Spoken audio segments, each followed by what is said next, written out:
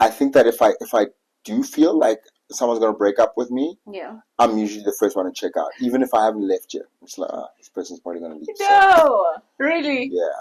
But why do you by do the time that? they do, He is sovereign God, He's almighty, all that. But when was the last time you cried? You cried real good. Yeah. You know, it's like hectic. You like see all this blood and violence and stuff. Oh my goodness. This guy's gonna kidnap us, we're gonna be slaves, 12 years a slave, gonna find me out here. Yeah. I remember being a kid, like vividly being 4 years old, and I was like, if I close my eyes, when I open them, she might not be here. There's many moments, countless even, where I probably should have died there. Yeah. And I didn't. But His hand was upon me. You learn from very early on to replace people with people. Hi guys, welcome back to Inside Story with me, Koketso Naledi. Today I've got Tumisho Masha. He's an actor, voiceover artist, a father, and a husband. Let's get to know him. Dade Masha, thank you so much. Oh, it's only a pleasure, Memutao, for having me. Tell me, how are you doing today? How are you really doing? Where's your head at? What's going on? Today I'm doing good. Today I'm doing good. My head is in a good place. Look, here's my personal belief about that. I think that one, at certain times in the day, has to choose where they're going to be, right, in terms of their headspace, mental well-being. I think that sometimes if you allow certain things to just sit and kind of permeate into every aspect of your life, then you're carrying certain things into places that you shouldn't be. And I think, personally, some therapists might say I'm wrong for this, but you have to be able to sometimes compartmentalize your emotions depending on where you are. Yeah. Because I think it's like it's not okay to carry certain emotions into certain places, and it's not good for you. I really believe that as a matter of mental wellness. That's such a mature thing to say. But anyway, what does holistic wellness mean to you? Holistic wellness for me means like a mind, body, and spirit wellness. Right? You got to take care of the three aspects of who you are. My personal belief is that we're spirit beings having a physical experience. So you start there. Everything, I believe, starts in the spirit. Once you have a good spiritual wellness, I believe that permeates into every other aspect of who you are. So physically, you'll start to take better care of yourself. Emotionally and mentally, you'll start to take better care of yourself as well. Yeah. And how's your spiritual wellness? How does it look like?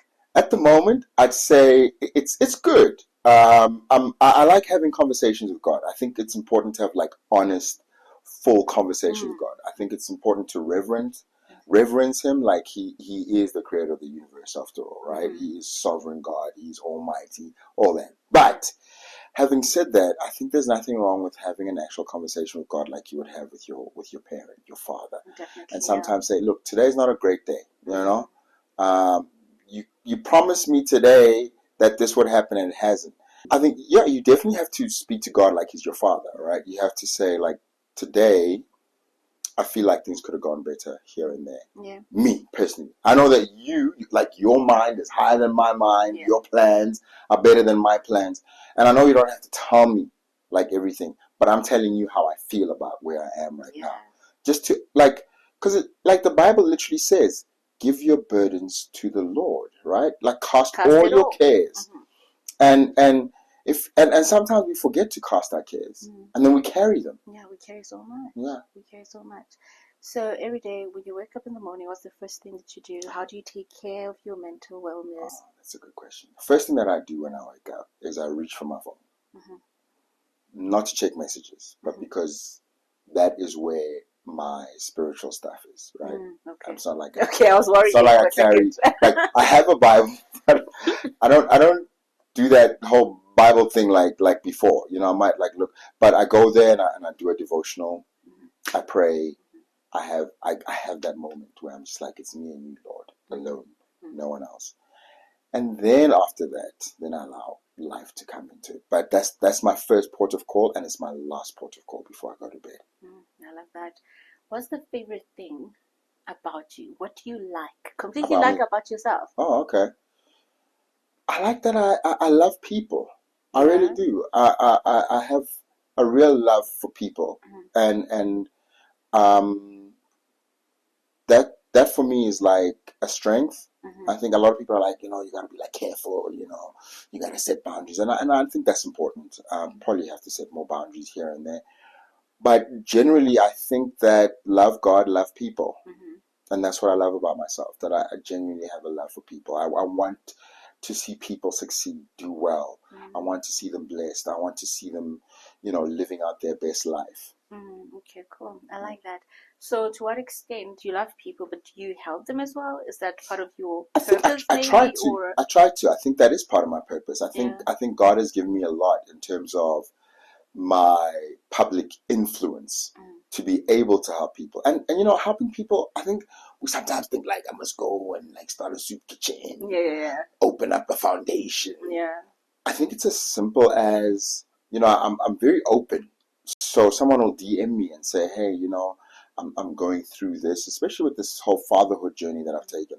And I haven't seen my kids for a while. I'm really struggling. And I'm like, let's talk, You can, if I have advice, I'll give it to you. But if I don't, I can just listen and say, hey, man, I love that. It'll be okay. Like, I don't know how to help you on this one, but I can tell you that it'll be okay.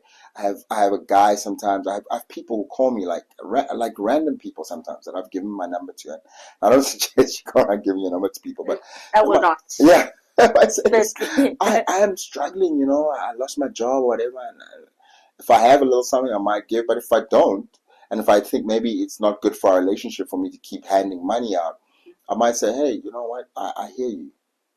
It'll get better. Yeah. Hang in there. And that's the best way to actually help people, listening, because we don't listen most of the time. Yeah. Even when we're talking to people, we talk at them or we listen to speak. We're not really listening. So that's really great. So what does purpose mean to you? What is your purpose? Do you think you're at a point where you're living according to your purpose every single day? Maybe not every single day. That's a lot of pressure, looks like. I hope so. Because sometimes I think I've got it. Like, this is my purpose. And then there are moments where I'm like, gosh, I have no idea. So I allow myself to have those moments of I have no idea, and I search for it again. Yeah. But I think to a large extent, my purpose was always kind of to do what I do as a job, to then be able to be in a position to help people, either by them looking at how I live my life. I get over failures that I go through in my life, or I'm just in people's lives to add a positive aspect to their life. Like I said, whether it's to listen, whether it's to help out, whether it's to do something, or whether it's to do nothing, but just to be there. You know what I mean? I think that's my purpose. Yeah, I love that. So speaking about failures, what is that one failure in your life that really broke you? It doesn't have to break you really, but then that really got to you, that really redefined your life as a person. I think relationships for me, when they fail, are massive failures. I always say, like, I don't get stressed about nothing in life. Like, I can lose my job, and I'll be like, okay, I'll probably get another one. And if I don't, I'll still be okay, right? And I've always, like, kind of managed to navigate this world. I could lose my car, I could lose my home, I could lose so many things. But when relationships for me fail, because I take those very seriously, I want them to work. It really hurts my feelings. And it's been well publicized that I've had 2 failed marriages. And for me, that's always been difficult because it's sort of like you bring people into something. Sometimes, I don't know if there's a song, but the lyrics kind of, and I'm paraphrasing, but the lyrics kind of go like, you could have just left me alone. You know what I mean? Like, I was living my life and it was a lady singing it. So like, then you came along, And sometimes I feel like, what if I just left those, like, people, let them be as they were, Did I somehow add to a lot of negative stuff in their lives? And some people will probably say, but what about the harm that they did to you? And I'm like, fair enough, there is that. But one always has to be like, you have to go through this earth aware that if you cause someone harm, like, it's not a good thing. So that for me is what I consider to be failure. Everything else is like you can start again. Your business didn't do so well. Start another business or change careers. Are you a forgiving person, and how does that look like for you? I'm definitely a forgiving person. Probably sometimes I think too forgiving, and it's not always easy. So sometimes I struggle for a long time, then I beat myself up and I'm angry. But eventually I get there. I know that I'll get there where I've forgiven, because I believe in it so much as like a process of healing for yourself. Like, I think forgiveness and generosity are very selfish acts. You do them for yourself. People think that you're always doing this stuff for someone else. Like, I'm forgiving you. Yeah. No, I'm forgiving you for me.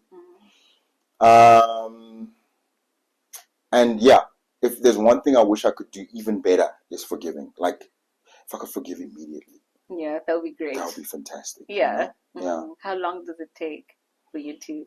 It depends. It depends on how. Sometimes it can be quick, maybe a couple of minutes, couple of hours, or a day. Sometimes it can be years. Yeah. Yeah.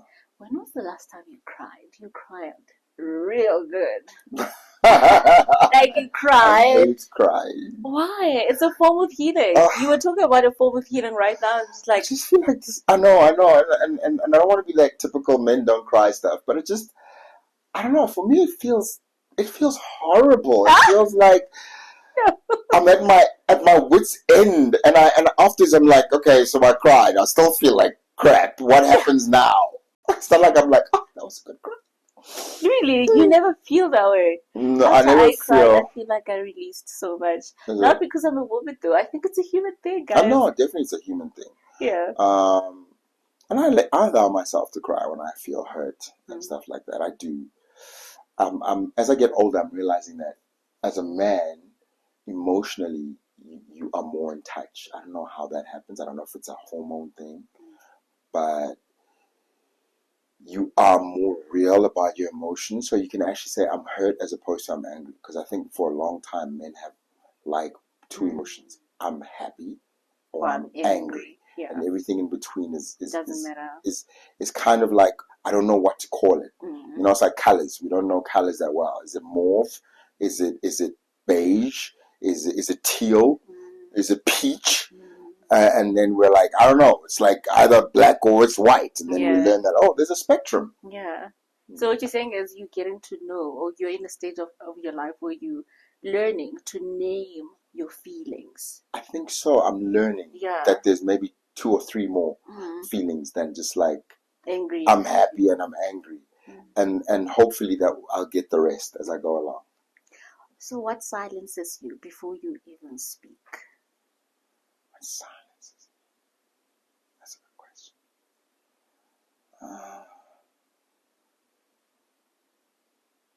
I think a deep sense of awe.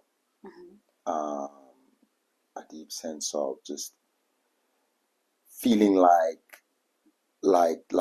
God's presence is there, and it's the simple things, it can be in a beautiful sunrise, it can be in a child's laughter, it can be seeing someone you love,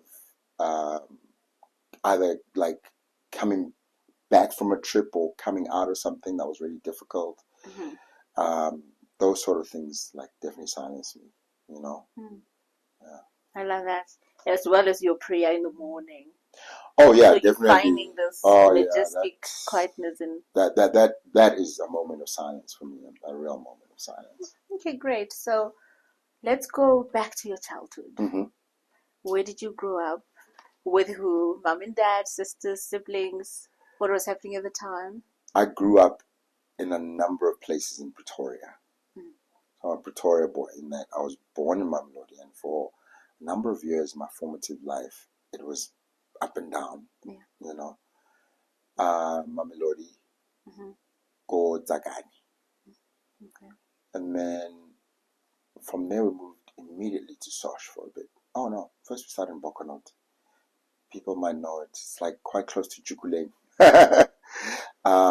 But Bokonot is like it's like the yin and yang of Juk. It's like it was always like the chill spot, the quiet, the very peaceful, the safe. Then there was that other side.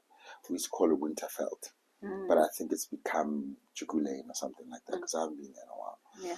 And then from there was a stint in Pretoria with my uncle and aunt. So for a long time, until I was probably about 6 years old, I grew up between some weekends spent with my parents and most days, months and years spent living with my uncle and aunt and their 5 children.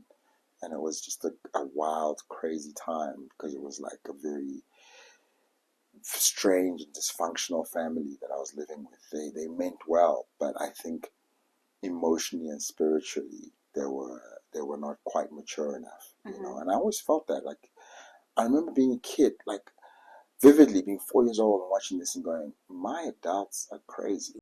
You know, yeah. What were they doing? What was happening?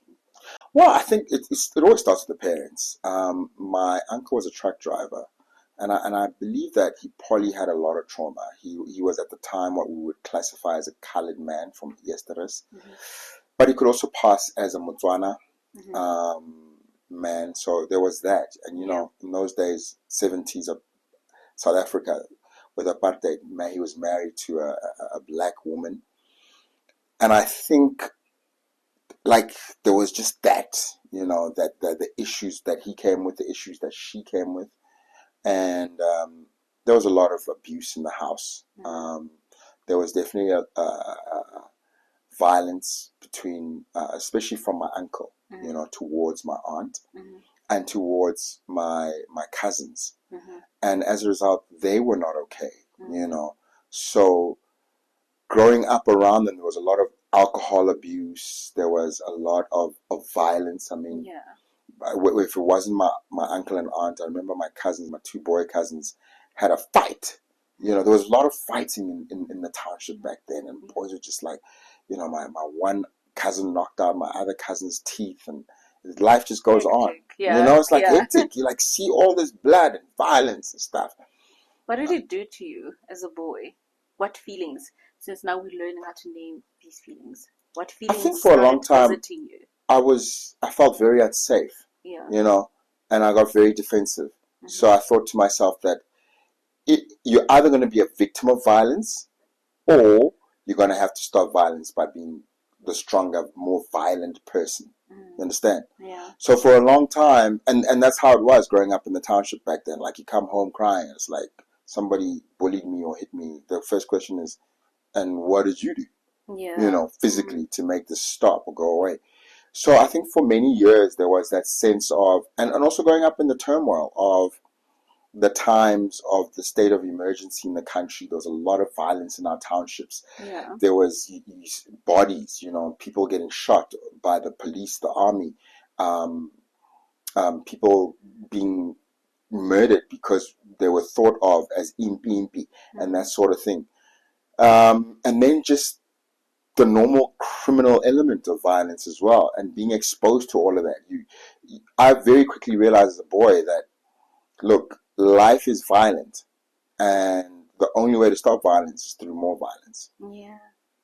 So when you look back in terms of what they did to your mental health and to you as an individual, when you look back and to the men that you are today, do you still have those traits or those feelings, residue of those feelings that you felt Definitely, when you definitely. were a boy? I know that when I go to certain spaces, and like I'll put it this way, especially when I hear one thing that always triggers me is hearing someone speaking in Afrikaans in a very aggressive way. Yeah. I know that it's time to be violent now. We don't have to negotiate. Yeah. It's past that time. And that's a bit scary for me, you know. And then also being in a space where I feel unsafe, I know that I just have to be the most violent person in this situation. Exactly. You know what I mean? So yeah. But here's the funny thing about Afrikaans, having said that. Yeah. I also, I'll tell you a story. We're driving through, my wife and I, a couple of years ago, we're driving through like this part of Tabazimbi. Yeah. And we like to stop at butt styles because they usually have like really great, like, dried fruit and biltong, which we love. And we stop at this one, and this woman, you know, is looking at me like, giving me the eye. And I'm like, oh my goodness. this guy's going to kidnap us. We're going to be slaves. 12 years a slave. No one's going to find me out here. Yeah. It's the middle of nowhere. Yeah. And then afterwards, like, a funny filled off, which was the wild, which I had done like a couple of years before. I was like, yes. He's like, yeah, I saw buy a home and that's good. Yeah. So, having said that as well, I also have like an affinity to Afrikaans people who are warm and gentle, having grown up in Pretoria, and I think that's the dichotomy of life, where I can say one thing, and then on the other hand, I think that there are a lot of wonderful Afrikaans-speaking people, Afrikaners, in this country who are amazing. Yeah. Let's go a bit to your mom and dad, that household, because we spoke more of your aunt, right? Yeah. So, in your household, what was happening?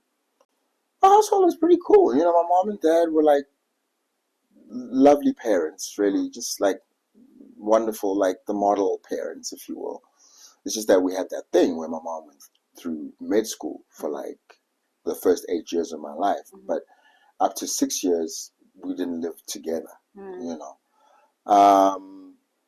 My dad was the kind of guy who was very serious. He had to be from a young age. So sometimes he was a little bit overbearing, I think, and as his first child, and being a little bit naughty sometimes. It was a bit difficult for him and for me. Yeah. Growing up in that environment is a very free and outgoing soul.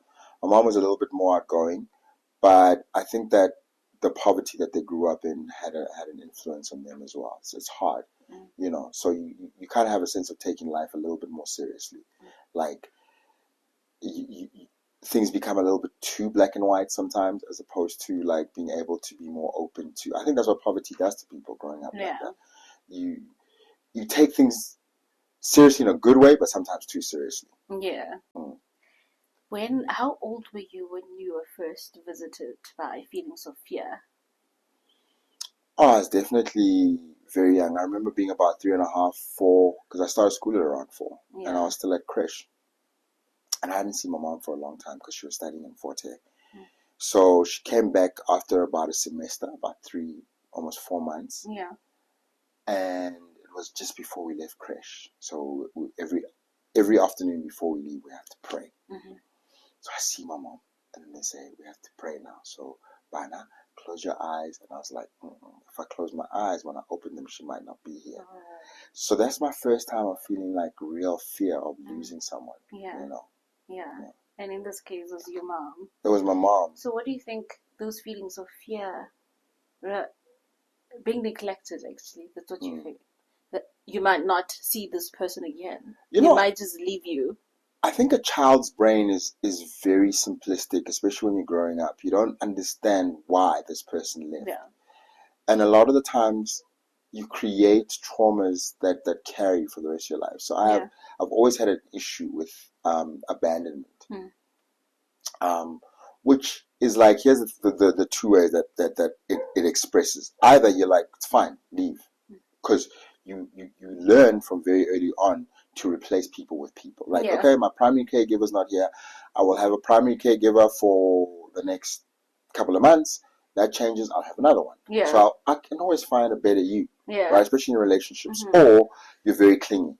Please don't go. I'll do whatever you want. Stick around. And that sometimes can be those two extremes that you live in without being able to come to the middle all the time very easily. Yeah. So that's how sometimes I think it expresses in my own life. In your own life. And give me an example when that happened. Whether with the friend in your marriage. With friends and like friends, and especially like close relationships, breakups are never easy. But I think that if I do feel like someone's going to break up with me, I'm usually the first one to check out. Even if I haven't left yet. It's like, this person's probably going to leave. No! Really? Yeah. But why do you do that? By the time they do, at least I'm fine. I'm cool. Me, I'm healed. It won't hurt as much. It won't hurt as much. But that doesn't help, right? Because maybe that's what the relationship at that moment needed you to be more like intentional. Yeah. So are you saying you never fought? In your relationships, you never fought? I do. I always feel like I fight. Yeah. And then but I have my limit where I'm like, no more. Yeah. But having said that, I think sometimes I've tended to choose people who in the back of my mind, I didn't know if they would ever stay. They were always like big projects. So I'll go for people who are difficult to keep around. I don't always go for people who are the easiest to live with, and I think that's something I need to learn to do. Like, I need someone I can just live with, like on a day to day. But do you think maybe you're trying to fix people? Why do you go for the most difficult? I think sometimes I am trying to fix people, and sometimes I'm hoping people will fix me. Like, this very difficult person who's hard to acquire will maybe learn to love me unconditionally, because I need that healing. Yeah. So sometimes I get someone who I know has a very short limit to, I won't tolerate this, and then I'll leave. Then I want that person, because I want that person to go, I usually wouldn't tolerate this, but I'm going to stay for you. Yeah. Do you think you're the same? Do you think I'm still the same? Do you think you're the same as well? Like, you're that difficult a person? I think sometimes I am difficult. Yeah. I'm not an easy person all the time. Yeah. Not difficult, but sometimes I think I'm set in my ways. I'm asking you this question again. What is the favorite thing about you? What do you love about yourself? Oh, what do I love about myself?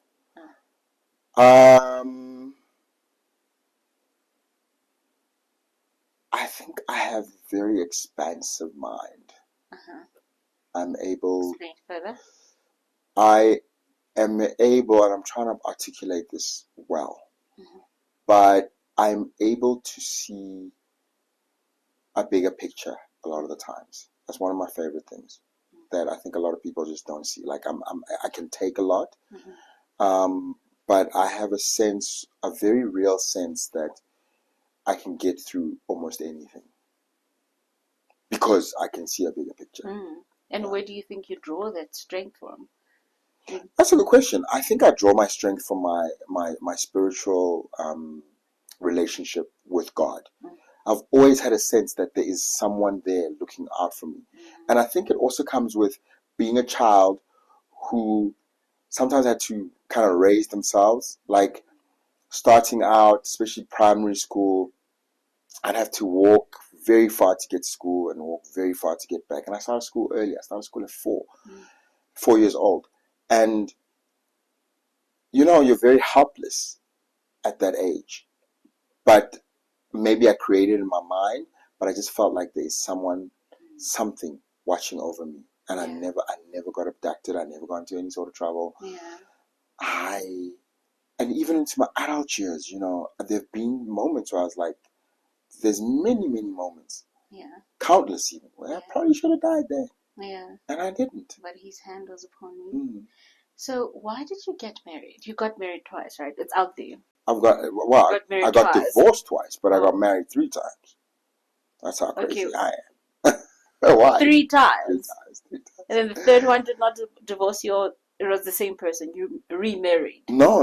I'm married to someone different right now. Yeah. Oh, you're married now? Yes. Oh, beautiful. Yeah. You love marriage. I love that. So why did your first 2 marriages... playing a groom. Like, in what is it, grade 1? What's before grade 1? Like 0. Grade 0 or something. Yeah. Like, getting to school and like being the cute little guy. You're gonna play the groom. Yeah. We're gonna give you a bride. And I was like, I love this marriage thing. Right? Maybe I just love the wedding. Yeah. No, man, I'm being serious. So the first and the second time, why did you get married there, and what do you think led to the 2 divorces? I believe very much in the institution of marriage. I really think that it is how grown-up human beings, I believe. And other people can say I'm wrong, by the way, because they have their own opinions. But for me, I believe that grown-up human beings do well in that situation where they've partnered up with somebody, and it's a commitment for life. There's so much more that you can achieve in that partnership than by yourself. That's really true. And what do you think actually, but some of the aspects of why it didn't work out? I always ask myself that question, and I'm pressed for an answer like I know, like 100%, right? But I have to say I don't know. I don't 100% know, but I can tell you this: if you want marriage to work, you have to. They say this: before you get married, keep both eyes open, like check everything. about this person. Yeah. Once you get married, close one eye. Yeah. Which is, once you get married, just go, okay, I'm going to let that go. I'm going to let that go. Yeah. I'm going to let that go. Because I have to see the bigger picture of, do I want to be married? Do I want to be like relatively happy and stable in this marriage? Are we going to grow together, even if it takes a bit of time? Are you going to improve as a person? All that.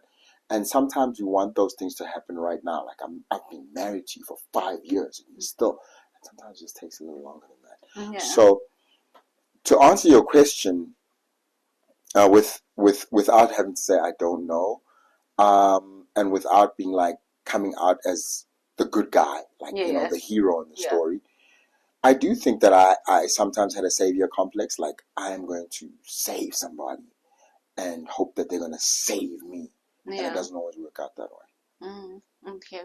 And have you identified at least one thing that you could have, obviously I'm not saying you could have saved the marriages, but is there something that you could have done differently when you were in that? I think with a sense of maturity now, I could have been more patient a lot of the times with my partner's shortcomings here and there. I could have been a little bit more tolerant, but at the same time, I could have also had a lot more boundaries. I won't tolerate this, but at the same time, I will tolerate more. So it's kind of like a dichotomous, because I'm saying in one hand, very clearly, I could have been more tolerant, and on the other hand, I'm saying I should have been less tolerant. That's the beauty of growing, I suppose. So how do you guard your energy? That's a good one. Especially as someone who's such an extrovert, that I draw energy from people. You're an extrovert? Very much so. I know this. Like, if I'm down, the best medicine for me is not to be in the house. That's a bad idea.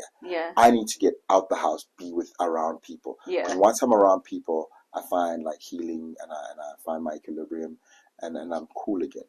So that's interesting. I've always wondered, because I'm the opposite. Oh, okay. I need to be alone. Anyway, go on. Take me to a soccer game. Really? Take me to a rugby game. That would drive me mad. Take me to a stadium. Take me to a concert with thousands of people bumping up against me. Then I'm like, I'm back, baby. Wow. Okay. Not to interrupt you, go further. No, that's it. So for me, like, I draw energy from being around a lot of people, or being around loved ones. So I definitely don't need to be by myself. That's the worst thing for me, because then I internalize too much. Yeah. Do you still have both your parents? Fortunately, and I thank God, I can say that I do. What is the one thing that you really love about your parents? They're so sweet, and they're just like really loving parents, like, they're very open-minded. They're all about like each other as a unit, and their children, like, they love their children. They'll do anything for their children. I've experienced that. I live it every day.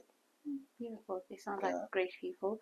So do you have that one memory that highlight your life, the happiest day of your life? Can you take me through this day? What was happening? The happiest day of your life? You do realize that if I don't say it's the day my daughter was born, or the time that I got married to my third wife, these few people are going to have an issue. Oh, what about when I was born, Daddy? And then she's going to say, what about when you? Then it doesn't have to be that. Choose something else.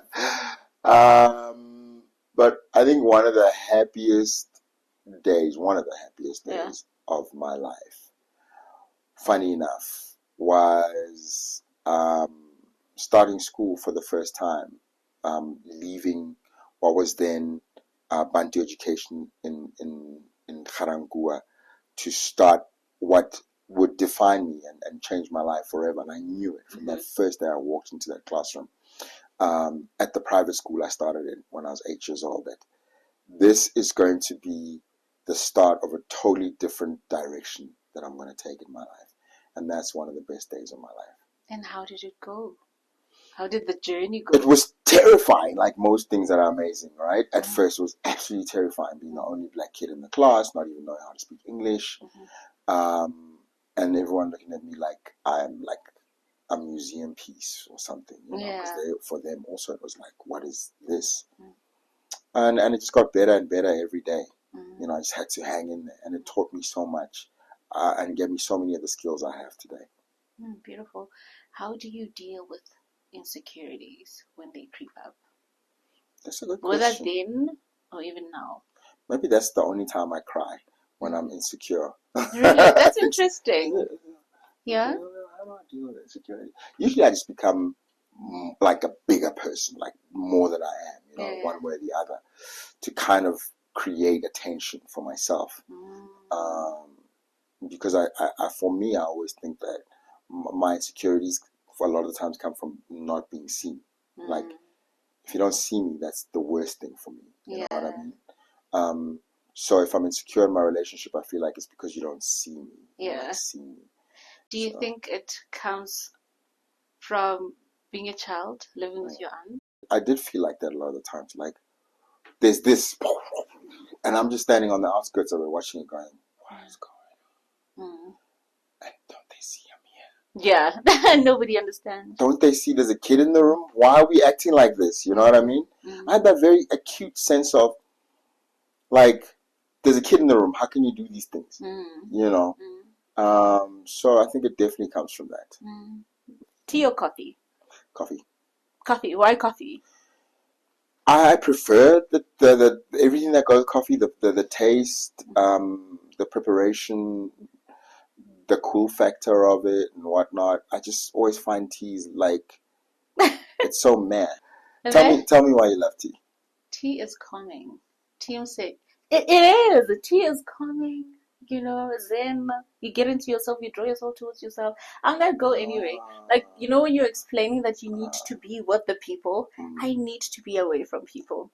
But I find the smell of coffee to be very therapeutic as well. I love the smell, but the taste is something else for my tongue. I can't handle it. Well, having said that, then I think for the very different reasons why I love coffee is that it's energizing. So I like to be energized more than to be calmed. Yeah, it makes sense. I think I'm the kind of person who loves energy and adrenaline more than I love the chill thing. Yeah, that makes sense.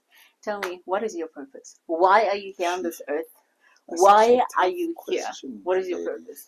Who even knows, really? Like, who knows what my purpose is? Or anyone for that matter, their real purpose. I know my real purpose. Oh, wow. You are very fortunate. Oh, yeah. I think my real purpose is to have been here, to have touched a couple of people, and to have led them to the light. That's really my purpose. Just to have been, those like direction maps, like nearest coffee that way. That's me. Like the light is that way. What is the light for you? What are you really talking about? To have led them to the light. What are you? I think the light is God. To have led them to a sense of like there is a creator being who is God, not the universe. He created the universe, who loves you, who loves you like where you are right now, and just wants you to know that there is that pure, pure, pure love, which is really light, and once you go there, then it just changes your life so much, because even the choices you make about life are impacted by this love that this superior being has for you that is unconditional. Yeah. When did you first start knowing the love of God, and how did you learn to receive it? Was it difficult, and what was happening at the time? It was very easy for me to receive it, because I like nice things. Yeah. Oh, really? Tell us. But I do remember, like as I explained earlier, just being this child who had a guardian, I'm not gonna say a make-believe friend, but a guardian, a real guardian, a real sense of there's someone here who's going, don't go there, go there. It's a very soft voice, gentle voice, who's constantly reassuring me, constantly telling me everything's gonna be okay. I love you. You are enough, just as you are, and keeping me safe all the time. And that for me is the most amazing feeling, and I wish everyone could have it, because I still have it to this day. How do you guard your energy? Oh, that's a good question. Because I've just said, I'll go out, right? So how do I guard it then? I think I guard it by sometimes just being quiet for a moment, just taking brief, quiet pauses, for a day, no more. Yeah. Just for a day, being okay, I just need me time. And that's it. I love that. So what is the one thing that you complain about, but you don't change? We my all weight. really. I complain about it all the time. And in my fantasy world, I'm just this guy who's in perfect shape Yeah. and is just running, like a la Tom Cruise down. I don't even know what's chasing me, what I'm chasing down. Yeah. But that's the thing for me.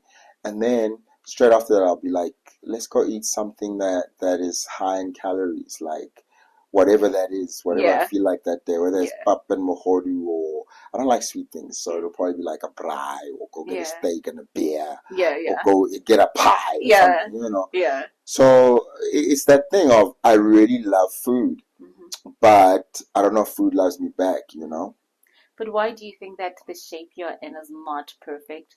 And I know we have standards of beauty, or perfection, or whatever, but why have you let yourself define yourself in that way? I think it's the way it feels when I've been that way, like how I feel energy wise, physically, emotionally, mentally. I think I have more clarity. Yeah. I love myself more. I'm more energetic. Yeah. I am less prone to sadness and feelings of insecurity. Yeah. Yeah. So besides God, what sort of we're not comparing anything to God or the power of God. But besides God, because I'm saying that because I don't want you to give me that answer. Yeah. What sort of tools do you use to just sort of balance yourself, your mental health, and everything in between? I think a sense of community. I have community in everything that I do. So family, is very important to me. And then colleagues that I work with, very important to me. I choose the right ones. My agent, people I surround myself with on a day-to-day basis. That for me, I think people, like I said, I get off on people. So the kind of people I surround myself with is very important, starting with my family and then branching out from there. Have you ever played a character that stayed with you? I think all of them stay with me because all of them are a part of me, just a heightened, different version of me. But there's some that I enjoy more than others, like playing, because I just relish the moments that I created. I really enjoyed playing a guy called, I can't remember his surname, but Jackson in Saints and Sinners. He was a wild Sotho man who would promise people that he'd shoot them, in the privates. Oh my God. He was extra. He was so extra. He just didn't care. I always have warm, fuzzy feelings towards Tumisani, like my first big breakout character. I really enjoyed playing that guy. Tumisani. I think I know that character. Tumisani Tucson. Where was it? Isidingo. Yes, I know that character. Anyway, go on. Like saying that about my characters as well. It's like, how do you say this is my favorite child? Because they are like my children, because they're parts of me. They're things that I've created and put out into the world. Yeah. Some more successfully than others. Yeah. Thank you so much for this wonderful interview. Yeah, thank you. I've learned a great deal. So about myself. About yourself, I'm glad. I'm happy. Yeah. Thank you so much for watching, you guys. Please like, comment, share, and don't forget to subscribe. Tell us what you think of the episode. I absolutely enjoyed this chat. And please tell us, did this make a difference in your life? What you think of the conversation? And from me and the rest of the team, until next time.